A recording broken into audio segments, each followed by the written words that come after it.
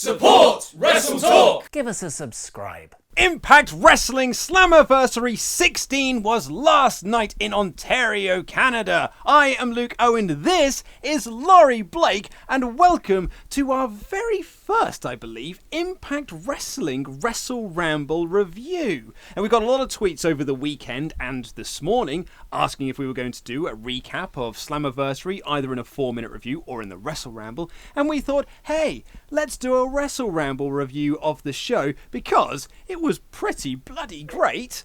It's pretty great. And you are Laurie Blake, and this is the first time we're doing a WrestleRamble where you're not trying to impersonate or steal someone's identity. I know. It's nice, man. We've moved on to bigger and better things. Yeah, it's nice, man. Ollie Davis, unfortunately, is not with us today. He's on the other side of the glass now, waving at us. He's very busy doing business things. So Laurie and I are going to take over the reins to review Impact Wrestling's Slammiversary 16, which is really weird to say because I remember watching the very first Slammiversary way back when it wasn't actually an anniversary of anything. It was just Slammy, really. when it was just like, hey, it's our birthday, so we're going to do a big show, and it was before Bound for Glory became their big show. So Slammiversary felt like their big show. So it's kind of weird here to be 16 years later watching Slammiversary, although that was 2 years into their run. But either way, fairly redemptive at this point. Exactly, yeah. So Impact is a company that it's had a rocky couple of years with lots of. It's been changing hands between people. No one's really known where the company is. A lot of people have stopped watching the show. But as of late, in the last couple of years in particular, it has been very, very good. And the Redemption pay-per-view they put on earlier this year was very good. And this was an excellent show. It was pretty much like wall-to-wall bangers, wasn't it? Pretty much. It was like almost, there was no dull one in it. Even matches he sort of didn't think would work. I guess like Matt Sydal versus Brian Cage. You're looking at that and you're thinking, well, Brian Cage had a kind of unstoppable run. That might just be a squash match, which seems legit. And they managed to make that work in a really kind of. You felt that he might not win it, and then when he did it, you're like, okay, well, that's all justified. It all felt very well thought out. All the build was good as well. That was actually everything had stakes. Yeah, it felt like there was a point to it.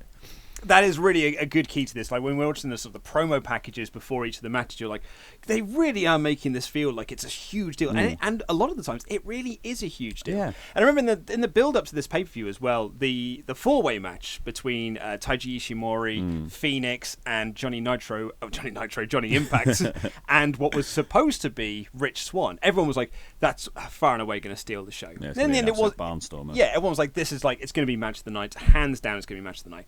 Unfortunately, Rich Swann suffered a concussion in the week on Thursday, so he wasn't able to do the show. So Petey Williams, Canada's own Petey Williams, stepped in, an excellent replacement. And in the end, although it was an excellent match, it was by no means stealing the show. No, there was so much great stuff to come. So good. Yeah, right. But this match, this four-way, was still really good. If this was a WWE match, that would have been the match of the night. Yes. On your bog standard WWE pay-per-view, that would have been match of the night if that match was just inserted here. But here, it's somehow got lost in the shuffle almost. Everything else was really, really good. And it's funny as well. So Impact Wrestling put up a tweet on the day of the show, trying to encourage people to buy it, saying have you been let down by recent wrestling pay-per-view events? Well, check out this card. And I was like, oh, you throwing a bit of shade there, Impact Wrestling? No. Well, the rule's not extreme enough for you.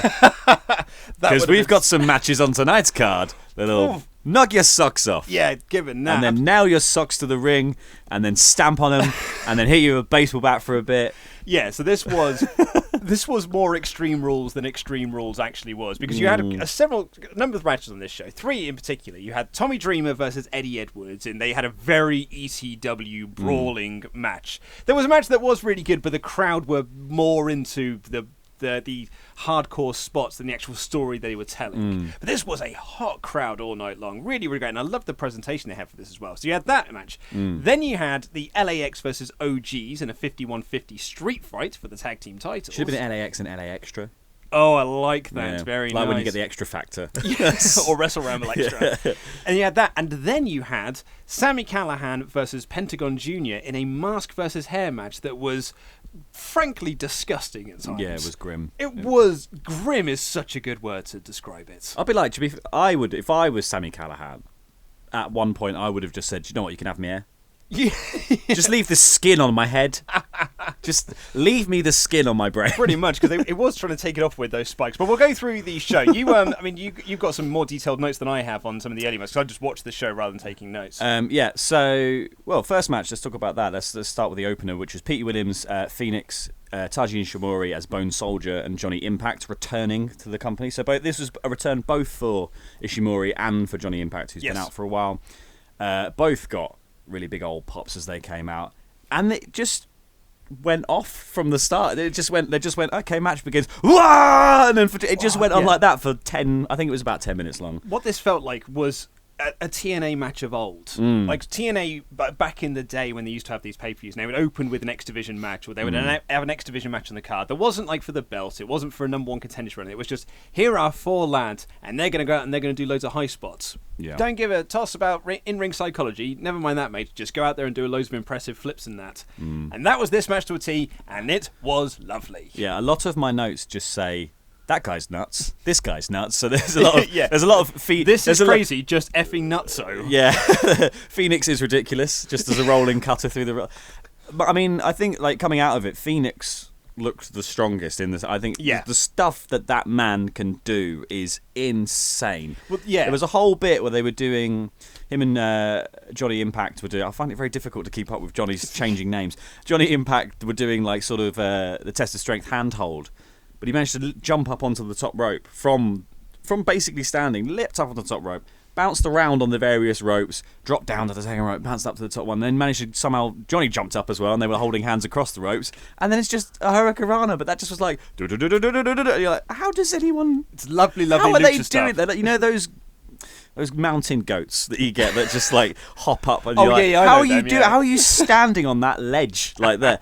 That's these guys. Yeah. But with flips also. Fenix is very much a guy that impacted quite hard, really behind him. Yeah. He came out later in the night during the Pentagon Junior match as well. And I think they're sort of really working them together as almost a team. I'd imagine to be able to take on OVE and Sami Callihan. They had a fantastic 6-man tag on Impact Wrestling in the lead up to this pay-per-view. So I think that there's a guy they're very much behind at the moment. Yeah, absolutely. And then Johnny picks up the win in the kind of fallout of this, but I think everyone looked great in this match. Petey Williams continually teasing the Canadian Destroyer in front of a Canadian crowd is brilliant, and then when he finally hits it, everyone goes nuts. But then he eats the feet of Fenix with that. He does a top rope spot and he jumps off and double foots him in the face. Oh, brutal. You got to wonder as well that if Rich Swann wasn't injured, or he didn't have that concussion, how he would have played into this match, because they were another guy they seem to be very much behind. He had that great match with Fenix and the 6-man tag we mentioned earlier.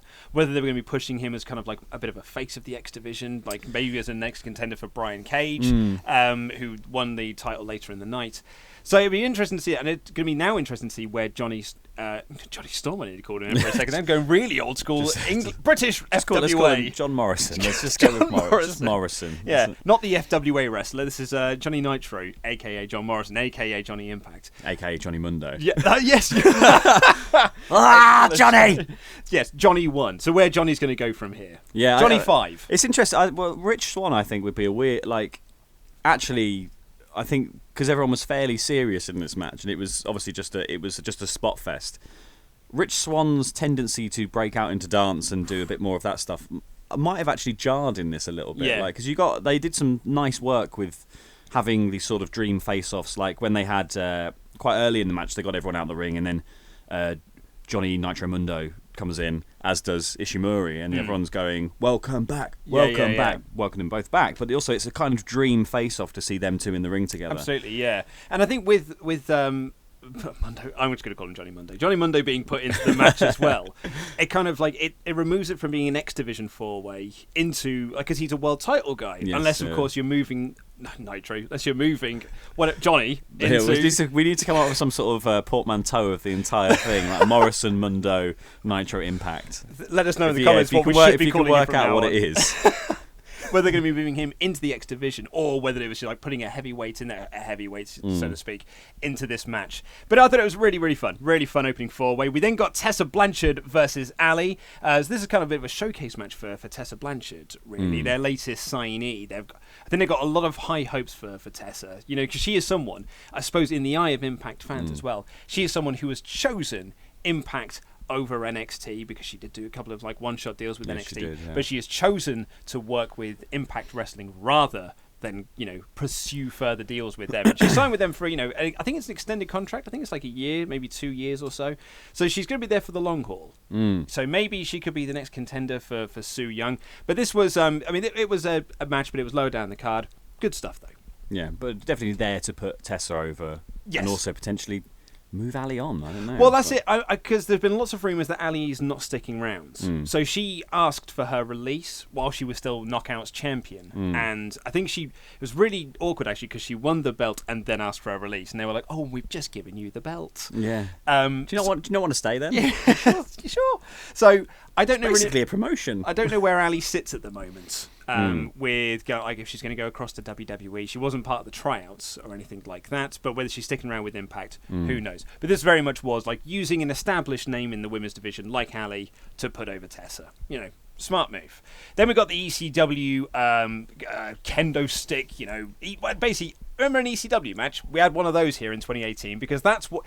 And still exists. I feel like I'm not trying to sound down on this either. This is why you hire Tommy Dreamer. This is why you bring in Tommy Dreamer for your shows. You're like, oh, we really want an ECW match on this show. Who could we call? Tommy Dreamer. Who's good at chucking bins around? Yeah, Tommy Dreamer. Tommy Dreamer. Who's good with a kendo stick? It's Tommy Dreamer. Yeah, he's the one who's in the best shape out of that lot. Still, sort of. So definitely one of my notes is he looks like crap. Yes. Yeah, he's having more donuts than wrestling matches. But yeah. He's been scooping up with a kendo stick. That's what it's for, the little hole. It's like a Homer Simpson with the donut machine, just throwing them in, just tipping the kendo stick up so they all fall down. But this was very much an ECW match, including ECW chants in the match as well. Very very fervent ECW, absolute zealotry for ECW in the crowd that night. ECW! Well, there was a lot of camera shots of just people going, There was a guy in the front row, or he might have been like 2 rows back, who was holding up an ECW championship belt, like a replica ECW championship. And I'm like, well, I wonder what... He knew what match he came for, didn't he? He knew what he was going for. But that's it, you know, and it works. That's why you put a guy like Tommy Dreamer on the card. But yeah, it was good though. You know, it was a typical Tommy Dreamer ECW match. But they were trying to tell this story with Eddie Edwards because there's been this, you know, he was working with Eddie, but then like they've been, you know, against each other after the last show. which I think was Redemption. They did this incredible angle with him and Sami Callihan. And Sami Callihan has really been this sort of destructive force through Impact, where not only is he going after Pentagon later in the match, he's got this cross-through storyline with Eddie and Tommy, and that's kind of what I really like about Impact at the moment. They've got all these sort of crossing over storylines. So that was good stuff. Then we got Matt Sydal versus Brian Cage for the X Division Championship. Brian Cage is a big lad. He's gigantic. They were saying, obviously it's just commentary, but they're saying like he's put on like an extra £20 for this match. It's like, why?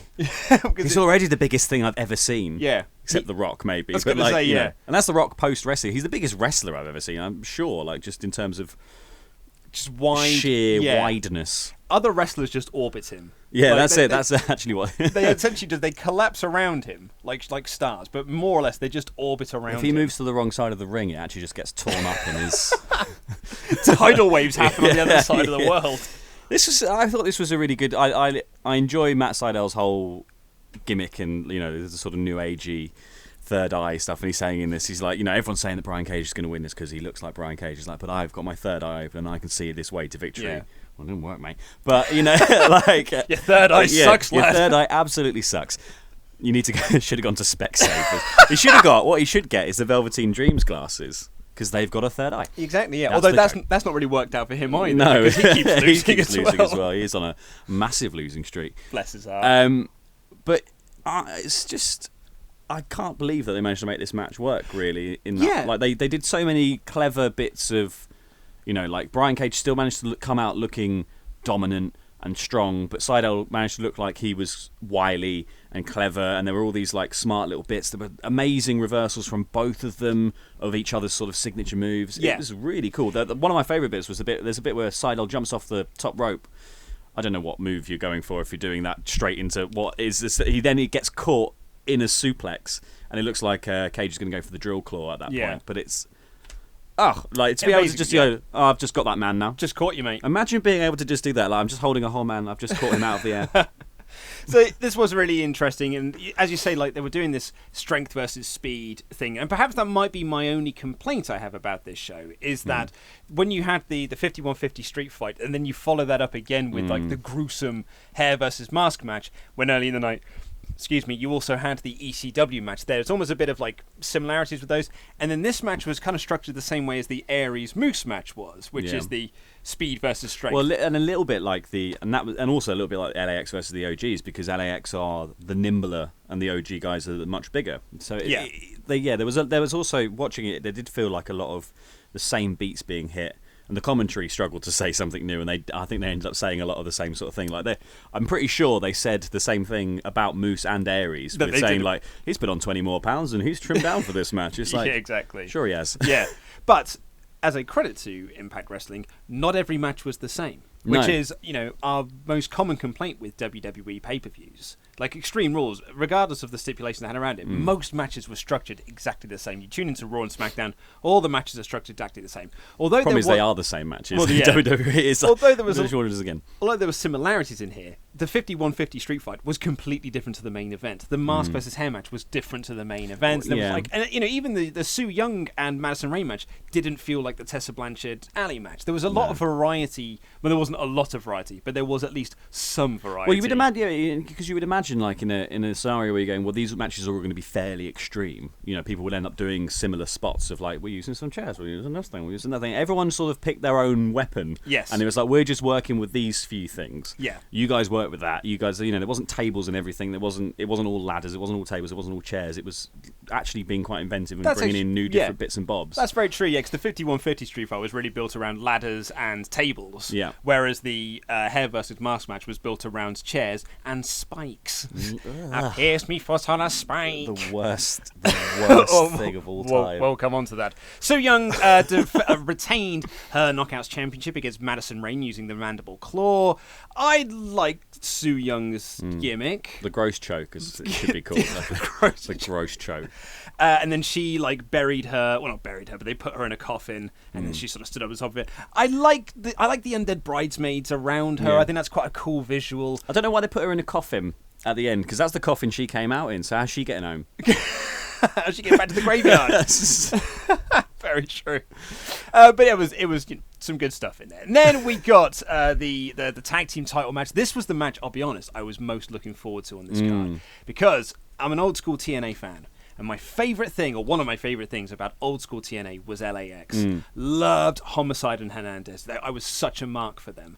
And when I have had a bit of a break from watching Impact Wrestling, and when I got back into it, one of the first things I saw was that Conan had brought in this new version of LAX with Santana and Ortiz. My instant reaction was like, it's not Homicide and Hernandez though, is it? I dislike this immediately. No, I dislike it. It's different, isn't it? You make changes. I don't like change. I do not like change. But these two are very, very good. And I was very quickly turned around onto this and be like, oh no, they're excellent. They are really, really good. Well, it's almost as if the choice was very smart to bring in people who are good to bring back an old gimmick. It's something, again, is another marked difference from WWE, where you'd be like, oh, you've just given them a T-shirt and said, they're them now. This is you guys now. Yeah.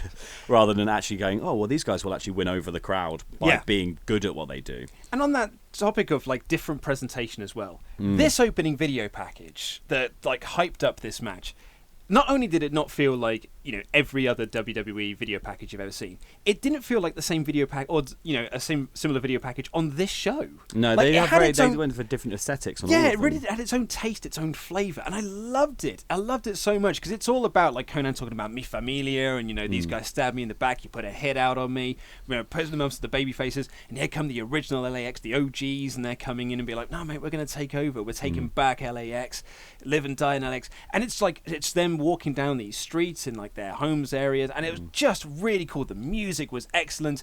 I mean, my first note I've got here, and the three of us talked about this when we were watching the show earlier, is that this is the most personal tag team match. But okay, WWE haven't had a tag team feud that's felt this important in quite some time. And I was trying to think back when a tag team feud has felt really, like, to the point where it's so important, it's third from the top of the card. Yeah, well, that's the thing, is like, I feel like the New Day's Usos had that towards the end, but it didn't start with that. No. And it built that through the matches that they were having, and almost... It almost happened by accident. Well, yeah, and that's the thing. I think that the actual gravitas of that story was accidental based on the fact that WWE missold it and put it on the pre-show a couple of times, and everyone was like, that was the best match of the night, you idiots. And they were like, so actually really the feud was those two tag teams versus WWE, not against each other. But yeah, that's the closest I would feel like, where you felt like, oh, it matters who wins this now. Anything that's happened, like, I mean, Raw's tag team division is a shock horror fest of just it's a shambles. What's even going on? Like, why are the Revival not at the top? Question number one. Where is AOP? What are they doing? Yeah, like, they're here now, eventually, but you know. On SmackDown, and actually, someone pointed this out to me recently, because they're doing this tag team title tournament to crown new. Oh, their belt is going to fall down. Oh, Bella. They're going to crown new number one contenders through this 4-team tag team tournament, and it features the New Day, who Bludgeon Brothers have already beaten. You know, a lot. It features The Bar, who haven't been on TV for a long time. And it features the Usos, who the Bludgeon Brothers have already beat a lot. And Sanity, who haven't had the best start. So actually, I look at that and I'm like, yeah, I'm not actually that interested in anything. And that's not any of the fault of the guys. It's just that they've all been positioned as just like, these are lads on the roster. Yeah. And they're going to have a match against the Bludgeon Brothers. Well, we struggle with it as well. Like, the problem with doing, you know, you feel like Sanity's probably the choice here. And I was saying this before Sanity ever came up, was... they've got the same gimmick as the Bludgeon Brothers, is that they're a dominant, chaotic, do what they want kind of thing. So like them against Bludgeon Brothers is like, well, who's going to jump on who first? It's like, exactly. What will happen is nothing, because they'll all be waiting around corners for each other. No one's walking, everyone's just hiding. Yeah, and I think as well, the other side of that tag team tournament could work if we were invested in the Bludgeon Brothers as champions. But because since they've won the belt, they've done nothing. No. It's hard to get invested in another team trying to get the belts off of them. And that's what you want from a dominant force, is you want to, see, as a heel dominant force, you want to see the baby faces get those belts off them, get them off the big bullies. Well, they need to be more destructive. That's the thing. It's like they were so dominant and destructive in the run to getting the titles, and then they stopped, and then it was like, oh, okay. Yeah. So now they show up at the end of people's matches and have stare downs. It's like, that doesn't feel very Bludgeon Brothery. But let's talk about let's go back to Impact. Well, yeah, we kind of got sidetracked there, but that's how good this was, is that it makes me just like really get annoyed at the tag team scene within, you know, not just WWE, but other promotions as well. I really, really like this. They always feel like second fiddle belts, and here that it felt like this actually mattered so much. Yeah. The belts actually happened to be the icing rather than this wasn't the whole feud. That, you know, it wasn't just like, we want those.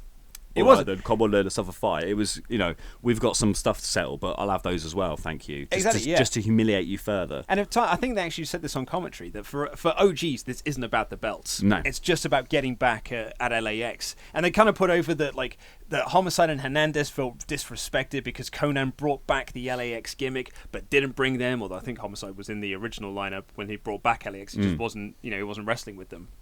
So they got this, and they're now sided with King, who's put this hit out on Conan. And this was, holy heckins, like, this match started out, and it was just madness galore. You know, Tornado Rules, which works perfectly for this kind of match. And it was just absolutely chaos. You had OGs rather coming out like from the old style 5150 entrance they used to do back in the old days of TNA, and then you had LAX come out from the crowd with all these sirens blaring and stuff, and Conan walks with them. They just like this awesome force, and then it is just chaos from the start. Like Hernandez just tried the border toss within the first 30 seconds of the match, I felt, and then LAX just ran wild, and then like before you blink and you miss it, because we're writing notes while watching this. Before I'd even finished writing down LAX run wild, 1,000 tables had been set up around ringside and in the ring. I was like, where did all these tables come from? There was a great bit where they just leathered each other with bin lids for ages. Yeah. Just like, have that. Have it. And then there was a bit they brought out Drano, which I'm assuming is bleach. Yes. And then that was wafted around for a bit. They teased setting him on fire. Yeah. Like, because the crowd were going, we want fire. And it's like, What? This match is barely 2 minutes old. So this match has started because someone put a hit on somebody else, and now you're giving them the ability to put each other on fire. I feel Impact isn't very safe. I just get the feeling that... Well, yeah, we'll come on to that in a minute. So they did this spot where Ortiz and Homicide are in the corner, and they're kind of sort of like huddled over, and then the idea was Santana was going to climb up on top of them and then dive off onto Hernandez, who would catch them and then do a move, and he'd look, well, I'm Hernandez, and I'm big and I'm impressive. But it took so long for Santana to climb up that Hernandez was just in a ring, almost like in an old school, the old wrestling games where you punch someone and they're like knocked down. You just, just like wobbling on your feet. So that didn't quite work. He was rolling the controller internally. Exactly, yeah. But they did a really creative ladder spot. They laid this ladder down. They laid Hernandez down on it, and then did lots of big flip dives on it, including one where he did a springboard moonsault while screaming "F you." Yeah, I wrote that too. I was like, that's brilliant. He just goes "F you." Really, really made me laugh. And then the somersault plancher through the table. Yes, that was... I was about to say it's like the suicide roll through it. Like it's crazy. It looked like he teleported through the ropes. That's how smooth it was in the movement. Absolutely Santana's awesome. got some incredible. I keep calling it Santana, as in Carlos Santana. He's gonna pull out some really nice guitar licks. He's smooth and he's got a really nice super kick. Is what I was actually going to. Yeah. But the level of obviously thigh slap going on there is insane. It's insane. He's getting some great noise off that. Yeah, and then we get basically this is where we go Table of Mania. As you said, we had the suicide roll through the table. Then we had a Death Valley driver through a table by Ortiz on Homicide, and then a border toss through the table as well. But then Santana hits possibly the biggest cannonball in the corner I've ever seen in my life. Like he nearly flew over the the turnbuckles. He just sort of went, "Watch your face." Yeah. Boom! Conan then gets involved here. We get to the finish. What a finish this was as well. Conan gets on the ring apron and he starts screaming at Homicide. Homicide spits in his face, but behind his back, Santana is setting up thumbtacks. He opens up his back. So Conan's chucks in the little bag, doesn't he? As Homicide turns around, he's and lobs him in. Yeah, so he's got all these thumbtacks down. But this is where I thought this was a wonderful creative spot. 'Cause it made me feel a bit sick. Yeah. Turns around and he just throws some of the thumbtacks at his face, which I thought was awesome. That was really cool because this feels like a street fight. This feels like a down and dirty, grimy, gritty street fight. And he throws them into it, hits a body splash and a big splash off the top for the win. I loved that finish. There's blood everywhere. That's awful. There's just blood absolutely everywhere. But then it is tetanus central, let me tell you. Then we got the post-match in which the OGs beat down Conan, and they got the slapjack to the back of him up, which was Conan's favourite weapon. It was his weapon of choice. And then they defaced the belts. They did the tag teams and they sprayed OG on the belts. And they left with them. Josh Madison goes like, they don't belong to you. They aren't yours. But I enjoy the idea, because I enjoy the idea that there's going to be follow-through on that as well. They might just keep them. Yeah. Because, again, not to always bring this back to WWE, but... Nikki Cross took the belt off Shayna Baszler. She gave it back. And at some point she gave it back in the week that it was unsaid. It wasn't like she just ran off with it forever. This, I feel like they might just keep them. I'd like to see them, so I feel this is going to build towards Bound for Glory, which they announced is going to be in New York this year. Great market for them, really. So I'd like to see them do a big blow-off match at Bound for Glory. Yeah, you got to wonder just to win those those defaced belts back. You'd be like, you could just have them now. We'll get new ones. But you got to ruin these. Yeah, you've spoilt them now. But you got to wonder though if they are building to another match. I mean, where'd you go from here? It almost felt like the blow-off match to this feud. Yeah, no, because it was carnage. I don't know. I guess it's one of those. It's one of those. Just hopefully there is some level of escalation here that they can work out what it will be. I don't know. It feels like the Gargano Ciampa feud. If that continues, where do you go? This is the end. And it's they're saying there's going to be a 3-way match, potentially a takeover in that scenario with them two again. So it's but why? I feel like everything has been said, everything has been done now. I couldn't imagine what you would do here unless you bring in, unless it's 6-man.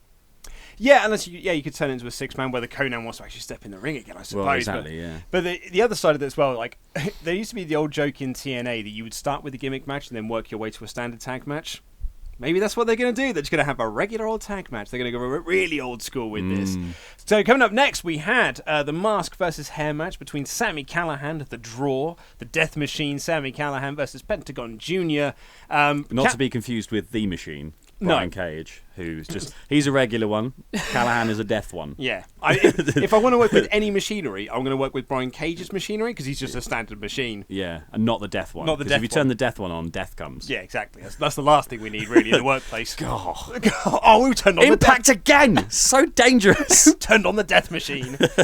Callihan had a promo before this, and again, doesn't look like anyone else's promos. It's filmed on this OVE camera, and it's all staticky, and it's just like right up. It just keeps leaning in and out. Leaning in, his face fills the screen. Well, he's doing crash zooms himself. Yeah, that's what he's doing. He's rocking forward on a crash zoom. Nice. And man, if you're watching this on a big screen, he's got this massive Sami face. And then they had He's really good at promos, though. It's really good. Yeah, and they had a really good video package to hype up this match. It was weird as well because so the start of this match, you got Sami Callihan there, you got Pentagon Jr., they've made their big entrances, and it feels like a real big blood feud. The first thing the commentators talk about for quite some time is Callahan's tweets to Chris Jericho. And really setting up this little bit. Yeah, and like the fact that they're doing Impact versus ROH on Jericho's cruise, and how he's going to be facing Marty Scurll. And it almost felt like, well, we need to get our plug in quickly. Let's get all this out. Because literally Callihan goes, but that's that match. Here we got this match. Yeah. Boy, is it a doozy. And boy, is it a doozy. Yeah, well, so we'll try not to go through this spot by spot because it is... Insane. Well, this felt like a good payoff because I felt some bits of the build to this have been a bit cheesy. You know, I like the ripping masks off luchas into it. Yeah. As someone who's recently done it. Quite fun. Yeah. But then all the sort of pretending to be each other kind of thing. I do think that some of that video, not the video package from this build bit, but the one from the week before, I think it was this week's Impact, where Callihan is tied up to a chair dressed as Pentagon, and the OV come in, accidentally beat him up for a bit, and he's like, oh, just untie me, and then Pentagon does this...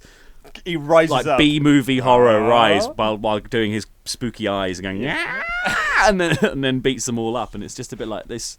That felt a little bit too far. Yeah. But then when you see them in the ring, you're like, okay, this completely works. It just didn't need to quite go. I feel like when you, same with the he put a hit out on me thing. You tipping it too far into actual kidnap. Not a fan of kidnap. Actual kidnap and hits is going you've gone way too far here from you would ever believe that a wrestling match would solve this. I feel like you could still do it for my family. Blah blah blah blah blah. You stole our name. All this kind of respect and credibility would work for the LAX thing. Same here. Just he's just a nasty guy and he just wants the mask. Exactly. He's a Keep it douche. simple. And he's an incredible heel, really. So we got some incredible they just start slapping each other so hard. Lots of stiff chair shots. Sami starts throwing in chairs. This is how much I like Sami as a heel as well. Sami Callihan starts throwing in chairs into the ring, and he throws one chair, he throws two chairs, he throws three chairs, and the crowd chant, "One more chair, one more chair."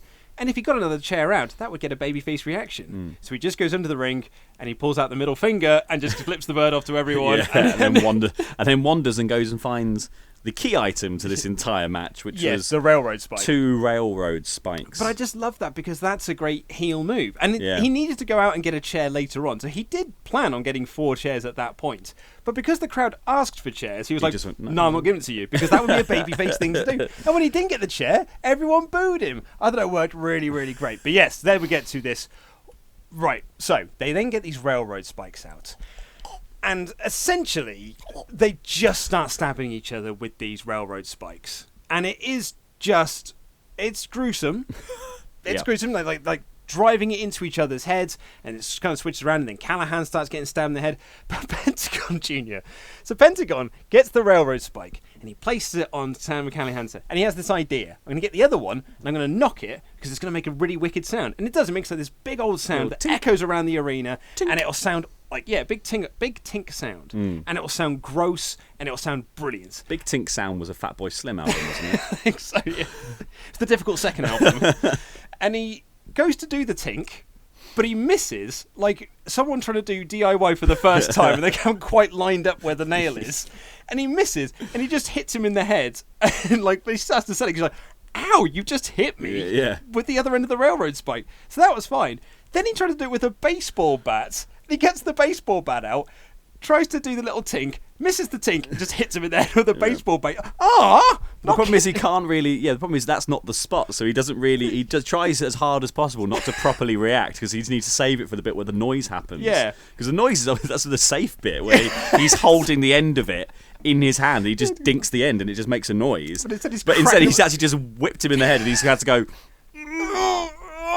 Dink! Ah! That one was so much worse.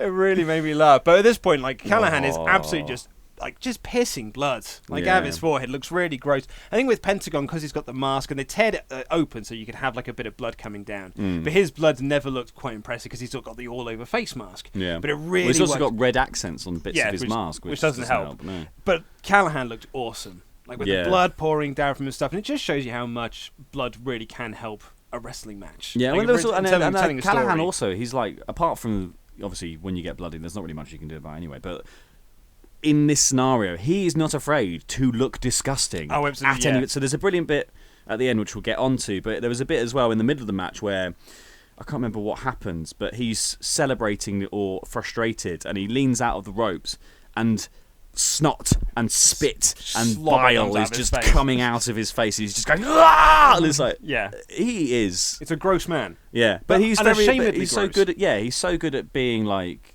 the disgusting heel. Yeah, but he plays all the regular sort of normal heel stuff, and then as he starts to lose it, he goes full lose it. Like, absolutely, it's really, really good. It's really, really great stuff. And then they both stand up and they start doing a hockey fight, but with the spikes, which was a really, really nice visual. Then we got to the bit which I'm not really keen on this because OVE run out and Pentagon Jr. stops them with unprotected chair shots. And like I get it, right? I get you're doing this ECW thing. I get that you're doing this violence and you're doing this gritty, bloody match and it's all over the show and it's carnage and everything. But I mean, unprotected chair shots in 2018 just look ridiculous. Yeah. It just looks stupid. Because it's a shame as well because they were also in. They both also had arms in slings because he'd apparently broken their arms. So it's not even like if they wanted to chuck a hand up, they could. Yeah, exactly. I just think it's such a silly thing to do. Knowing what we know about unprotected chair shots and the damage that has been done to people through unprotected chair shots, I just think it's so silly to do it. It doesn't. I don't think it adds enough. No, it doesn't add enough to be worth the risk at all. That's exactly it. Well, considering that Rich Swann missed this show because of a concussion, and obviously not from a chair shot, from a bad bump, I think. But that. But it's like he can't work now for a bit. Yeah. So concussions and why would you do something late. that's basically guaranteed to do it? Like, I'm just gonna knock you around the head with this. Yeah. For the point of what he could have just because the run-in was pointless at this point. If the run-in is them, they just get on the right because they don't even distract him. No. He turns around, handily deals with both of them, and then is back on the offense. It's I don't think from memory the actual tide of the match switches at that point. It turns into him using the powder. So the distraction leads to the powder spot. But you didn't need the distraction in order for the powder spot to come out. Well, they could have come down and just chucked the powder in. Yes, or just not done unprotected chair shots because I just think that I could just knocked him off the apron with drop kick or totally. It's not just like push them with the chair. It's not like I would watch this match and be like, well, I'm so glad they did those unprotected chair shots. That really added. That was the extra bit of salt and pepper that this match needed. To this blood soup that we've made. But Sami throws the powder and he blinds Pentagon Jr. Pentagon Jr. can't see, and he grabs the ref. And he does his arm breaker spot to the ref, so the ref grabs him, doesn't he? And then so he reacts thinking it's Callihan. Yeah. Lays out the referee, which is a bit lame. I think at that point I was like, Nyeh. And then he knows where he is on the floor, gets down and goes for the arm breaker, which he's already set up in the match before, but didn't hit. And then the referee's arm. I did love the crowd chanting "You effed up." Yeah, that was really great because he then hits the Pentagon driver, but the referee can't count. A, he's in pain. B, he's got no arm, mate. Yeah, he's rolling around in the corner doing this, and then Pentagon gets up and goes to him. And it's like, "You didn't count." Come on, mate. And he rolls over onto his arm. It's like, and then Sami hits a package pile driver of his own, handed down to him by Cactus Jack. But again, onto a chair. But again, the referee is out. And then that's when he gets the 4 chairs, and he stacks up these 4 chairs. And they both get up on top of the chairs, and it looks like he's going to do the package pile driver again. But he doesn't. Instead, Pentagon does the package pile driver onto the chair. I screamed effing hell at the screen. Yeah, it was... Because it was a gross-looking spot. It was horrible. Horrible. Yeah. But, it was a cool visual. And it wasn't the finish. No. And it really should have been the finish. Because Sami kicks out after that. And the crowd pops huge. Because everyone thought it was the finish. It was a good kick out. Yeah. But I felt that the crowd then died down after the match because everyone reacted to that big spot. Yes. Because then it's just Pentagon hitting a couple of super kicks and another pile driver, and then he wins. We nails him with the arm breaker after. Yeah, and then the fear factor, and then it's all over. Yeah, but I just think the chair spot was the finish of the match for me. It went 4 moves too long. That package pile driver is one of Pentagon's finishes, isn't it? Yeah, is it not? So it's like the Pentagon driver. It's different. Yeah. It's different to the Pentagon driver. No, but that one's he calls that one the fear factor, I believe. But I just thought it was a much cooler visual to end the match on with this big old chair spot. Yes, yeah. The kick out was cool, but then it's 5 moves too late. It's 5 moves too many. Yeah, then you just move down the line, you see this, but they ended on the same move, so it just feels a bit, it's a bit like you might as well have just done it there. Yeah, exactly. And afterwards, the Christs then pull Sami Callihan, or they start attacking Pentagon Jr. because he's trying to shave his head, and they stop him. And then Sami's trying to run away, but Fenix comes out from the back and he stops, and they have a bit of a brawl. And then they shave Sami Callihan on the ramp.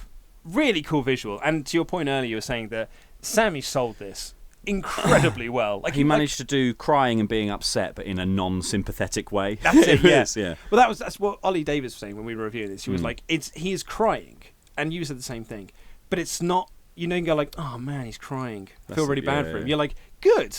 Yeah, I'm glad you're crying. I'm glad you're feeling this pain as a heel because you've been such a dick. And I think Sami Callihan's a very, very good heel. There's a really good bit where the crowd start chanting, "And his beard!" and he just goes, "No!"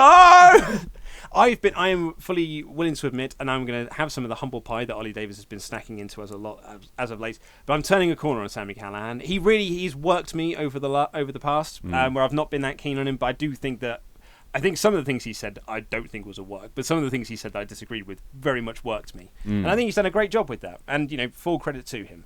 So then we got our main event, which was Austin Aries versus Moose for the Impact World Championship, and this was very similar to the Matt Sydal Brian Cage match in that Austin Aries is small and the other guy is not. He big man. He is a big boy, and he does big old moose. And he does some big old moves to the little old Austin Aries. Yeah. There's lots of power moves in this, but I really enjoyed this match. I thought this was a really good main event. And there was a lot of Aries sort of like using his wily tactics. Yeah, it was an interesting one in that regard because I think they did a lot of the kind of small guy versus big guy, but then there are impressive feats of both athleticism from Moose and strength from Aries in this. Like, Aries gets him up for a brainbuster, no trouble. Absolutely, yeah. Moose hits Moose does a kip up. Yep. And then the commentators point out he's 299 pounds. Like, that's a lot. That's a lot of weight to shift. Absolutely, yeah. And Moose's spears a roll through spear. That's so cool. Yeah, the really running, leaping kick that he does on the corner. Like, there's so much good stuff in this match. And you made the point earlier when it's about Brian Cage, and although Matt Sydal is kind of like, he's on the same level as him, but it doesn't damage him because he's being beaten up by a smaller guy. No. And the same thing happened here. Moose came out of this still looking credible. Yeah.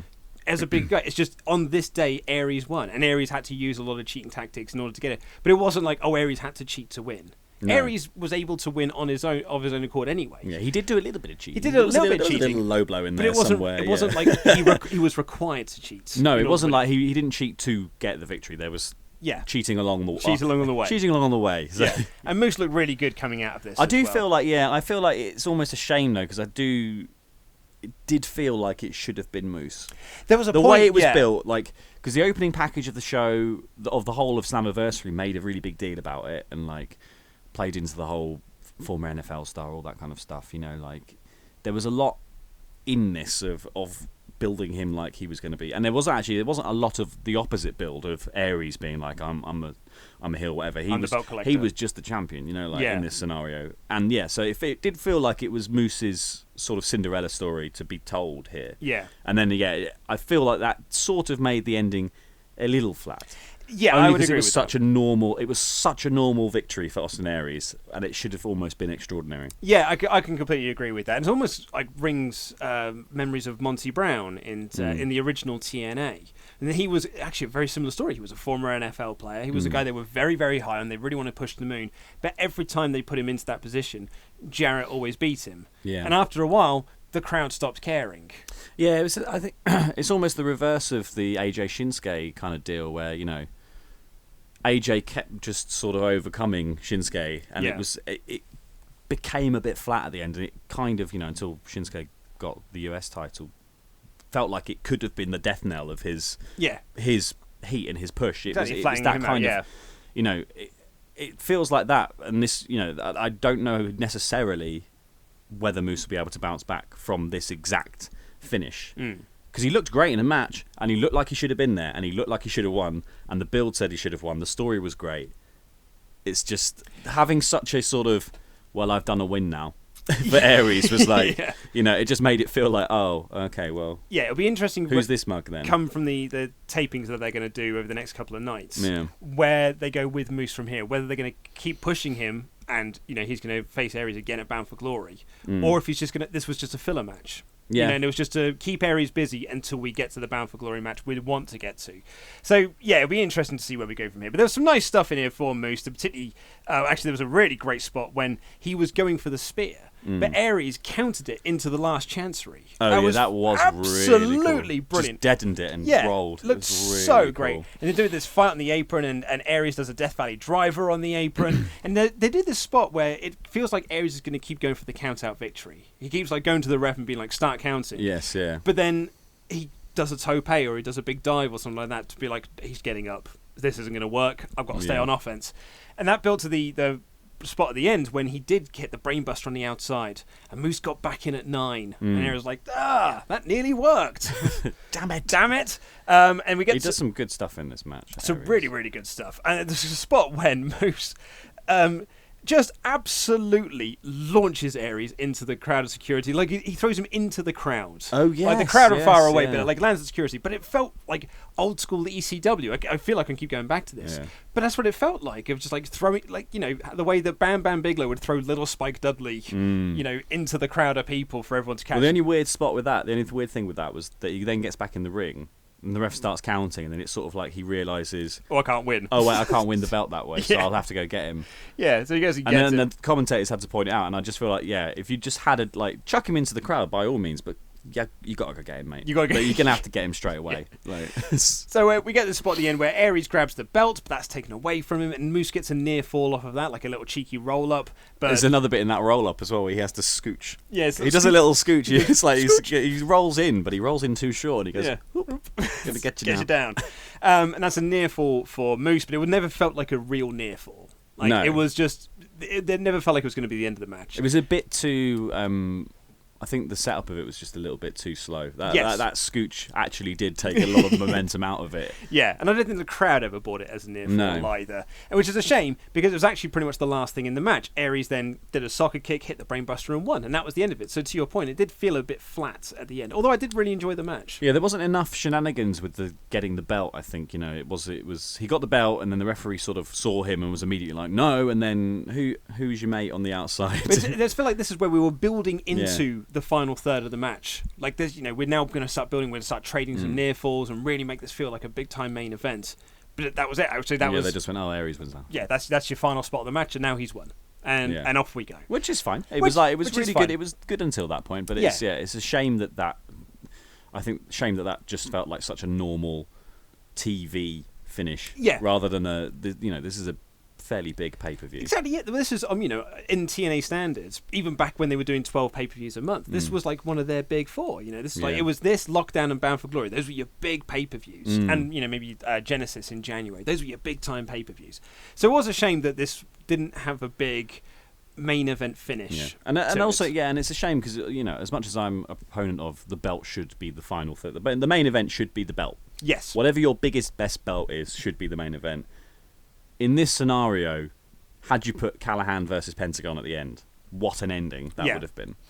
Rather than, unfortunately for Moose, this just sort of quite a Aries wins. Yeah, pretty much, yeah. But that is our Impact Wrestling review of Slammiversary 16. What did you think of the show? Let us know in the comments below. And after you've done that, I should say, click the videos that have just appeared on our laps right in front of us to check out the latest WrestleRamble and WrestleTalk news. Click this button here to subscribe to the podcast version of this show, which has exclusive intros and outros. We'll be back again tomorrow for the Raw review, where we're going to find out who is the new #1 contender to Brock Lesnar. I have been Luke Owen. This is Laurie Blake, and that was Rambling.